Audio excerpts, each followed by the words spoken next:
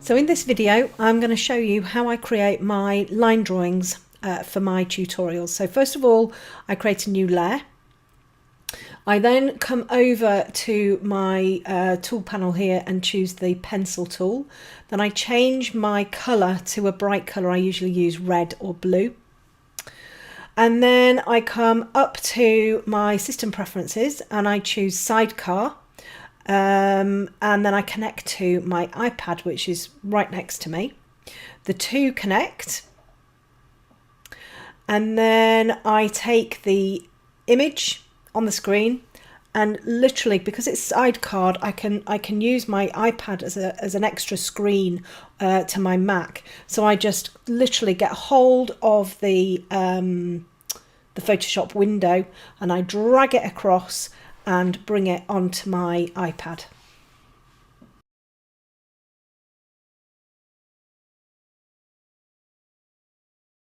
So once your new window is on your iPad screen, if you just click the little green button which fills your window to the screen, check that your layers are on the separate layer rather than the background.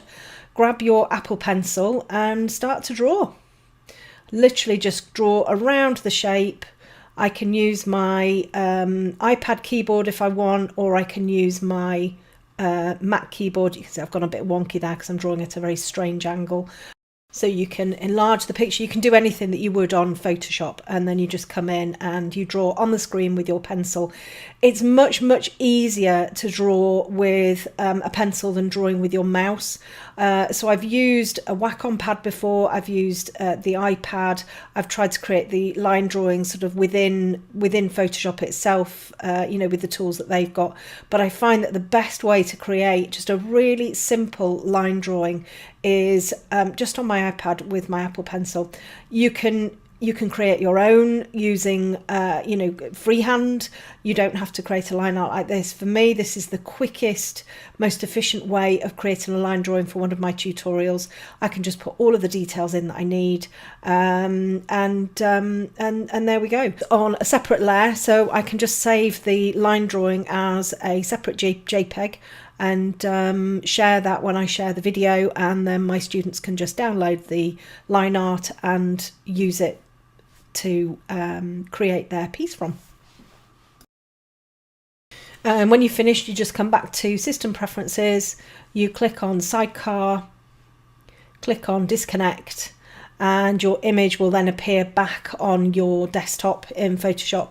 So you can come back in and sort of drag that window back in, make it the right size, and you can see that line art on its separate layer and use it as you will.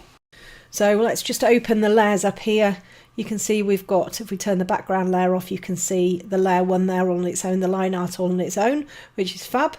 What we're going to do now is just create or swap the red to the black. So I'm just going to hover over the top of the layer and hold down my command key and click, and you'll see that it selects the red line there.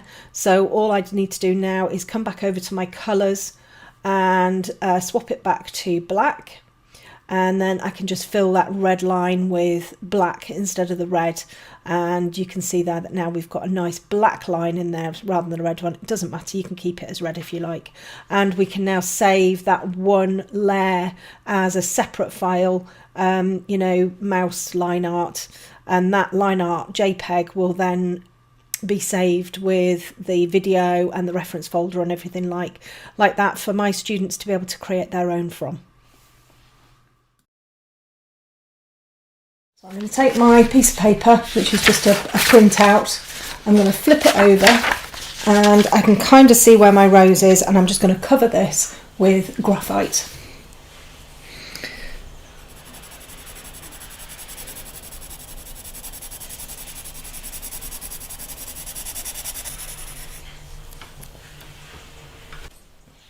Okay, so next what we're going to do is we're going to flip the graphite one over, and we are going to trace over the outline that we've got on the other side.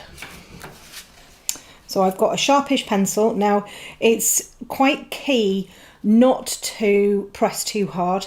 And it's also quite, well, very key to make sure that your paper is completely stable. So stick it down or put a magnet on it or something like that. And I'm just going to come over the top of the line art here. I need to give it firm pressure, but not too firm that I'm indenting the lines onto the surface.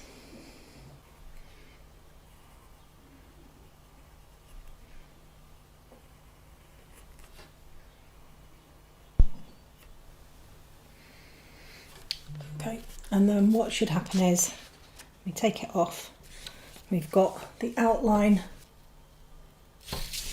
of the rose on the there. It's quite faint, but that means that we can actually erase it, and we can, you know, I'm quite happy to work with this as it is. There aren't any indented lines, which is great, and I've got everything that I need now to be able to start working on adding the colour.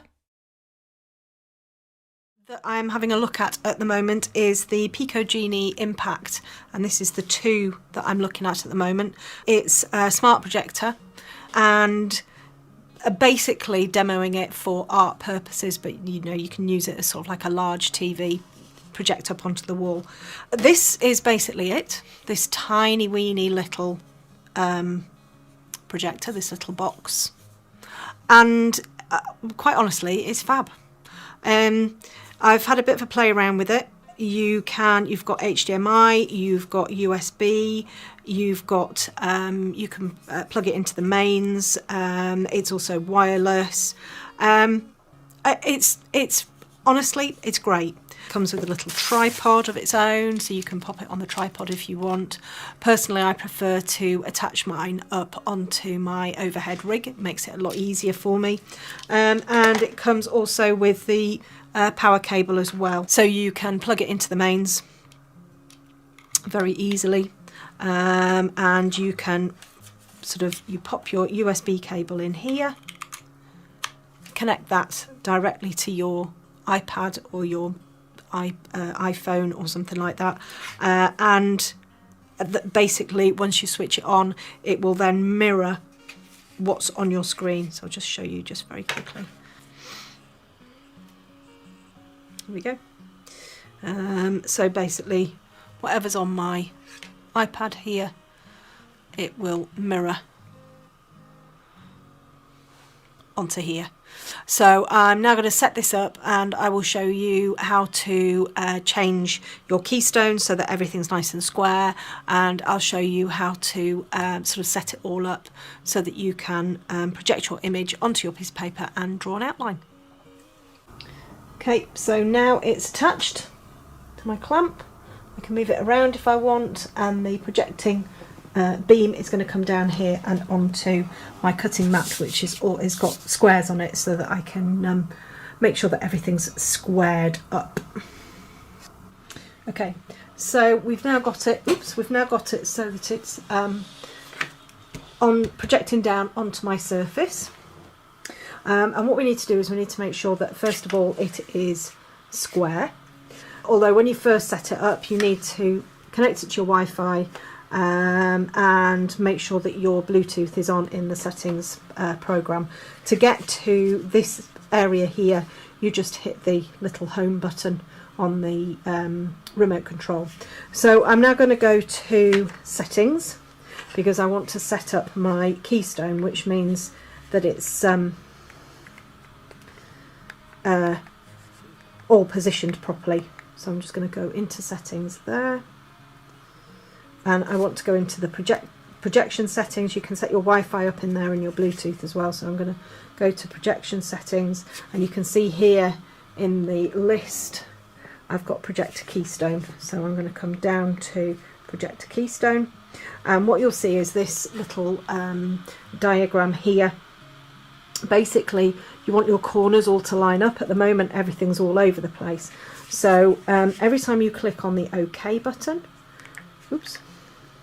you can see these little arrows jump around the edges, and this is how we're going to change the keystone. So everything wants to be square. So if we start in this corner, let's keep it on this line here that it's on, In fact, I'm just going to move it up just a little bit. There we go. And then I'm going to move it into this line here. So I'm going to move it to the right. Okay, and then I'm going to go okay, and I'm going to move up to here, and I'm going to move this over, all the way over, that's it. And then I'm going to bring it just down slightly so that we're sitting on the line there. Then I'm going to move over to this side, and I'm going to bring that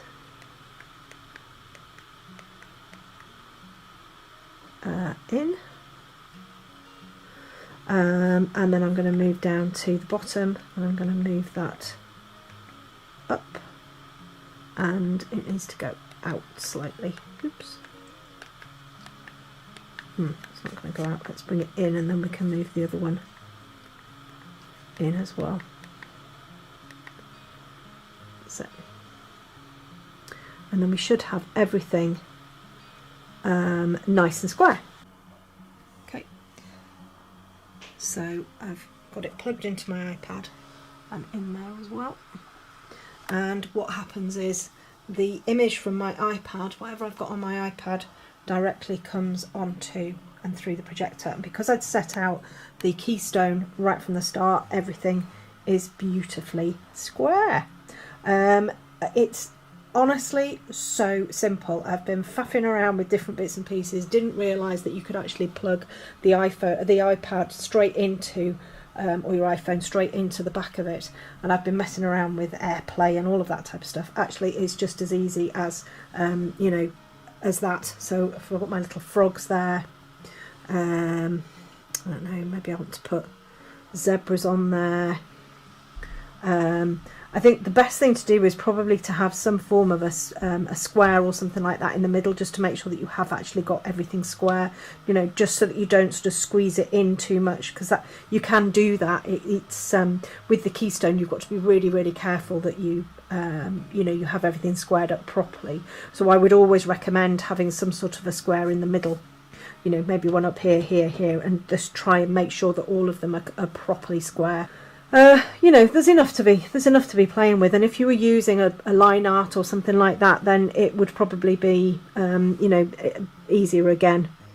There's enough to be working with, you know, just for a very decently priced projector, and incredibly easy to use. You know, it's literally just plug it in and off you go. And the Keystone's very easy as well, because you can correct each separate corner. The projector I have, the Artograph, it's kind of either or, so it means that you can have your projector really quite skewed, but you can still create like a really nice square image. So I honestly think it's a really, really smashing piece of kit. It's tiny, it's cost effective, you can put it on, it comes like a little tripod. So it's got its own little tripod here. Oops. That you can stand it on, you know, if you prefer to sort of project it at a wall or something like that. For me, I prefer to use my overhead rig because it's here and it works really, really nicely. Yeah, I you know, I think it's brilliant. I think it's absolutely brilliant. And if you created your line art first rather than projecting from a photograph, that I think would pick up easier, you know, because you're not then kind of going into all of the detail and everything like that. But I think it's definitely good enough quality. So I'm just showing you here how easy it is just to come in over the top and start to trace your outline. You don't obliterate the beam that's coming down from the projector. You know, if you keep your hand sort of like just away from that main beam, you can very, very easily see your image and trace round.